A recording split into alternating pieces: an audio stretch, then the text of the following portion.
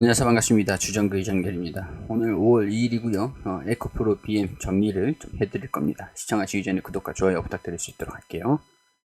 자, 에코프로 BM이 실적 발표를 했습니다. 기대감들을 가지면서 주가가 상승을 하는 모습들을 보여주고 있는데, 일단 찰실현도 완전히 배제를 할 수는 없는 상황이라는 거 설명을 일단 드리도록 할게요. 실적을 일단 먼저 확인을 해보도록 할게요. 일단은 추정치에 부합했다. 1분기 연결 영업이익이 410억 원을 기록을 했다라고 나와 있습니다. 매출액도 1분기 추정 대비해서 매출액이 추정치 대비해서 11%가 증가됐습니다. 그리고 영업이익은 2% 정도 빠졌는데 뭐 이 정도는 범위 내에 있다 라고 설명을 드릴 수 있을 것 같고, 당기순이익도 추정치 대비해서 4%는 더 빠졌습니다. 추정치 대비해서. 자, 근데 여기 보시면은 전년 동기, 그러니까 작년 1분기 대비해서 151%가 성장을 했고, 영업이익은 130%가 성장을 했고, 당기순이익은 119%가 성장을 한 겁니다. 작년 1분기 대비해가지고 이번 연도 1분기가 130%, 100%, 119% 이런 식으로 서프라이즈를 기록을 한 거죠. 추정치에 부합했다.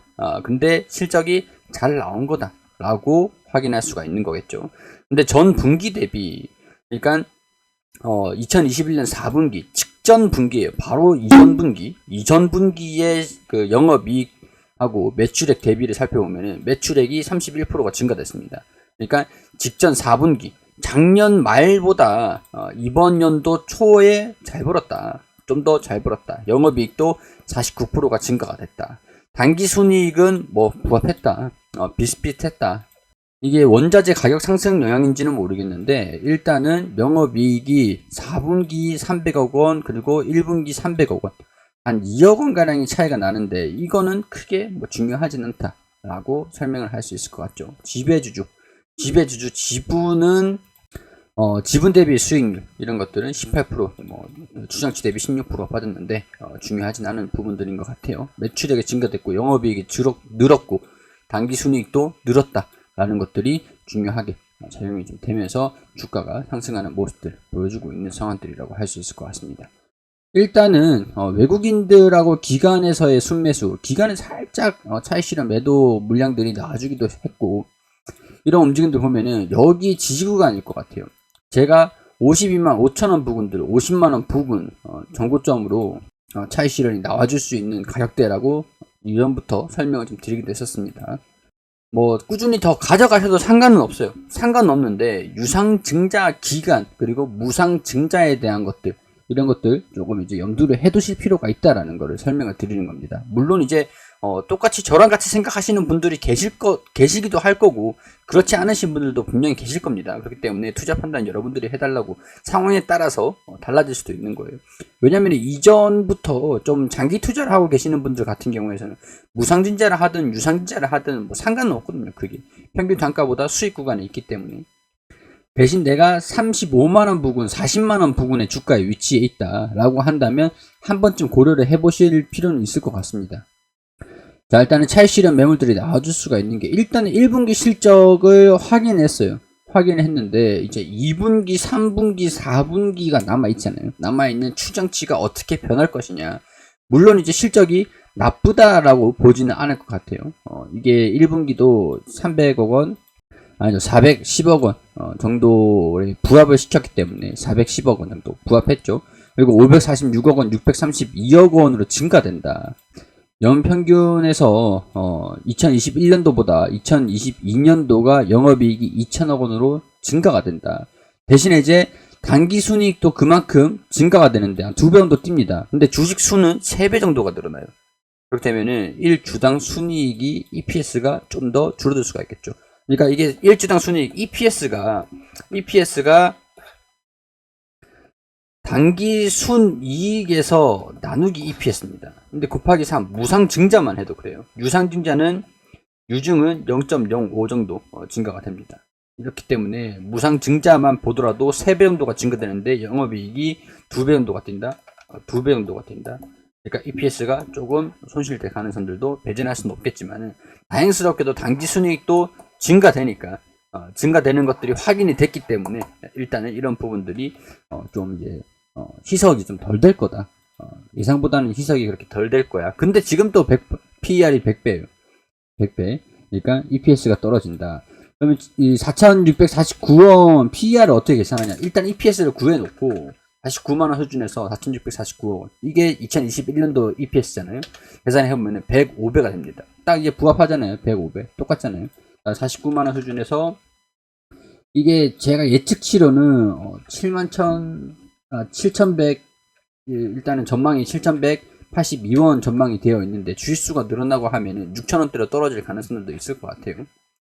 49만원 수준에서 한 5,800원대 이렇게 된다라고 하면은 PR이 84배 정도, 84배 정도. 그래도 영업이익이 증가가 되니까 좀 이런 주가 측면이 이런 게 있네요. 근데 이게 EPS가 영업이익이 증가된다라는 것들을 가정을 한 상태에서 이 정도 주식수가 좀 더 증가가 되니까 가정을 해서 이렇게 보수적으로 잡아가는 겁니다. 자, 근데 일단 EPS가 증가가 된다라고 하면, EPS가 줄어든다라고 하면은 1주당 가격이 희석이 된다라는 걸 얘기를 하는 것들이거든요.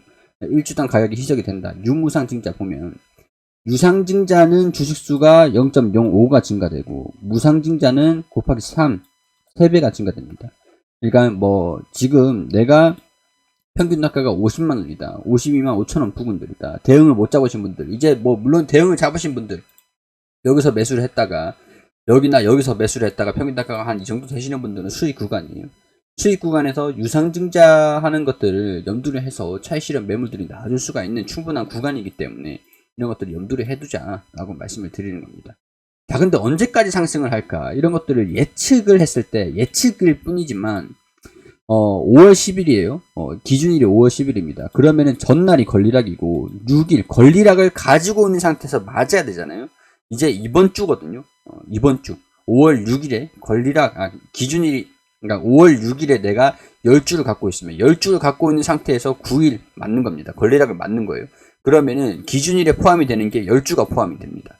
그러면은 100주를 갖고 있으면은 9일에 100주를 가진 상태에서 권리락을 맞으면은 10일에 100주를 가지고 있는 게 되는 겁니다. 근데 이 100주를 9일에 팔아버리면은 11일에 판게 돼요. 11일에. 그러니까 6일에 매수를 한다. 그리고 9일에 판다.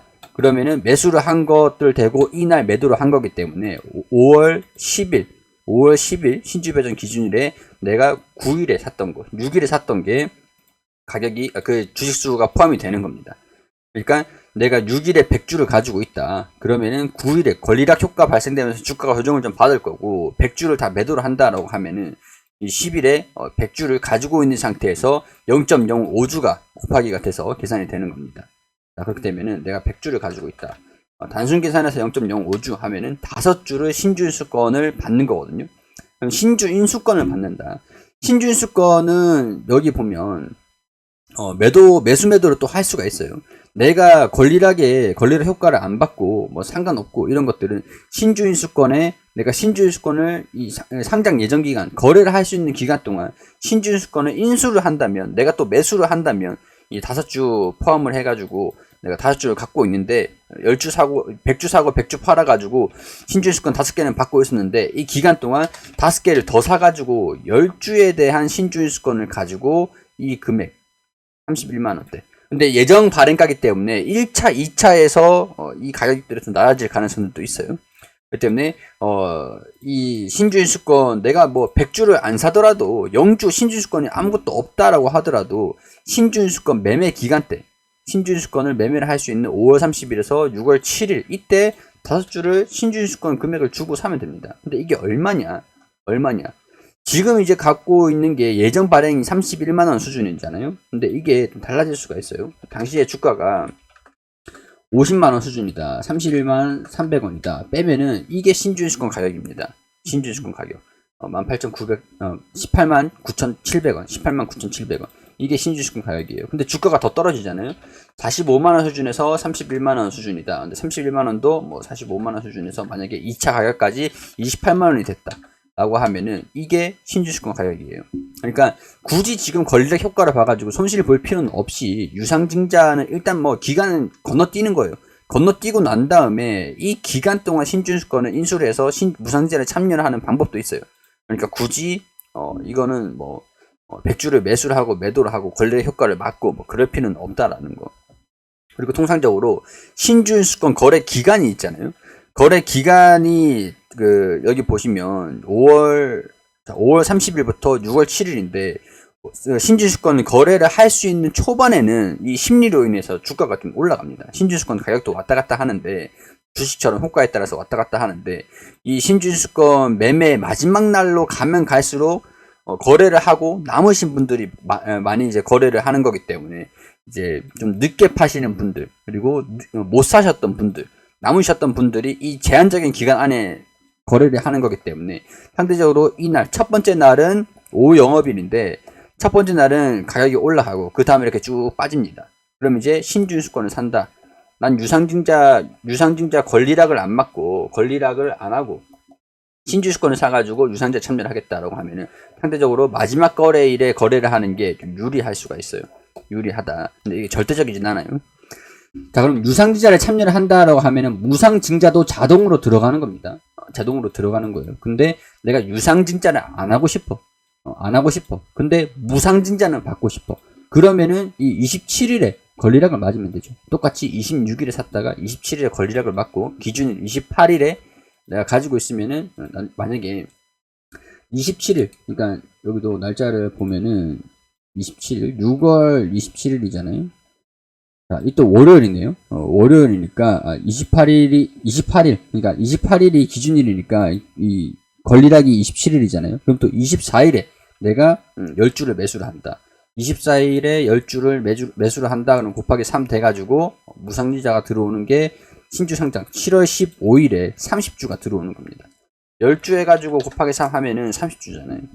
그러니까 이런 전략도 있기 때문에 굳이 유상증자, 무상증자 일정에 따른 그런 뭐 꼭 따라갈 필요는 없고 무상증자만 받는 방법들도 있다. 근데 무상증자가 곱하기 3이잖아요. 신주 발행이 많이 된다라는 것들 염두를 하시면서 이 EPS에 대한 부분들도 염두를 좀 해두시면 될 것 같아요. EPS가 간단하게 지배주주 순이익에서 여기에서 주식수 발행 주식수를 나누는 거거든요. 나누면은 4,398원. 약간 차이가 좀 있긴 한데 300원, 200 얼마 차이가 좀 있긴 한데 이런 식으로 계산이 됩니다. 근데 이게 단기순이익은 그대로인데 예를 들어서 이 주식수가 곱하기 3 무상증자만 치는 거예요. 이거를 해가지고 이 지배주주 순이익 8억 원에 이걸 나누면은 1,466원이 되는 거잖아요. 그러니까 주식수가 늘어날수록 이 EPS 1주당 순이익이 얼마냐 이런 것들이 줄어든다라는 거. 만약에 이런 것들을 반영을 해가지고 지금 PER이 얼마냐라는 것들을 대략적으로 계산을 해보잖아요. 물론 2021년도로 계산을 한 겁니다. 49만원. 단기 순이익이 그대로다 주식수만 늘어났다라는 걸 가정을 했을 때 1,466원 하는 건 PER이 300배가 됩니다. 그러니까 PER, 이 밸류에이션 부담이 그만큼 증가가 된다. 이게 1주당 순이익이 희석이 된다라는 거예요. 그러니까 지배주주 순이익이 잠시만요. 여기 주식수에 곱하기 3을 먼저 해놓고 이 정도 주식수, 이거보다 더 늘어나요. 일단 이거보다 더 늘어납니다. 주식수가 단기 순이익, 지배주주 순이익 1,646억 원으로 해놓고 이렇게 계산을 하면은 2,393원 정도가 되네요. 대략적으로 봤을 때 여기는 7,000원대 전망을 하고 있는데 주식수가 증가되는 거를 감안 안 한 거니까 49만원 수준에서 이렇게 된다라고 200배가 됩니다.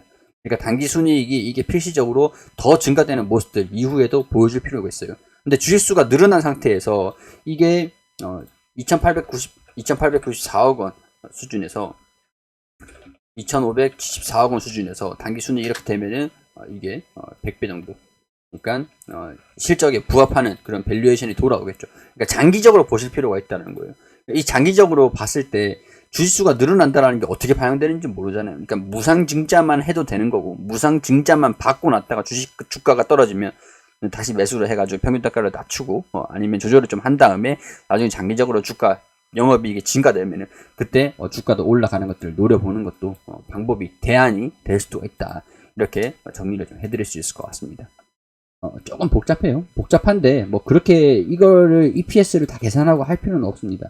그냥 내가 무상증자를 할 건지 유상증자를 하면은 무상증자도 같이 되는 거니까 유무상증자를 할 건지 아니면 무상증자만 받을 건지 내가 가지고 있는 주식수를 어떻게 하는지 이거 수익금을 현금화 시킨 다음에 이 현금으로 대응을 잡을 건지 그런 부분들만 결정을 하면 의외로 답은 간단해요. 자, 에코프로 BM 여기까지 정리를 좀 해드릴 수 있도록 하고, 실적이 다행스럽게도 잘 나왔습니다. 단기적으로 주가가 올라갈 수 있는 것들도 있겠지만, 차익 실현 매물들이 나온다라고 하면은 이런 것들, 이 유상증자 무상증자로 인한 움직임들을 완전히 배제를 할 수는 없다라는 것들까지만 참고로 하셔가지고 투자 판단은 여러분들이 하시기를 해주시면 감사드리겠다는 말씀 드리면서, 구독과 좋아요 부탁드린다는 말씀 드리면서 여기서 마무리할 수 있도록 할게요.